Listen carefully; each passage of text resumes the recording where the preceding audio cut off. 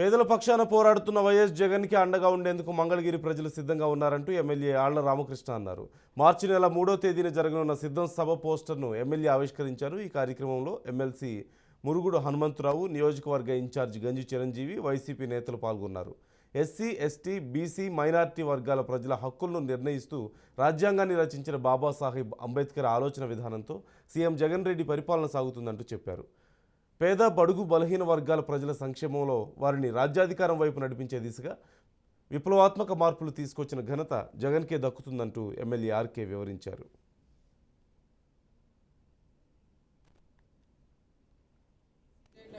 ఈ సీటు బీసీకి ఇస్తున్నాము అని చెప్పి గౌరవ ముఖ్యమంత్రి జగన్మోహన్ రెడ్డి గారు చెప్పడం జరిగింది. మేమందరం కూడా కలిసి ఏ అభ్యర్థికి ఇచ్చినా కూడా సీటు బీసీ అభ్యర్థిని గెలిపించుకొని జగన్మోహన్ రెడ్డి గారికి ఈ మంగళగిరి నియోజకవర్గ ప్రజల అభిష్టం మేరకు కానుకగా ఇస్తామండి.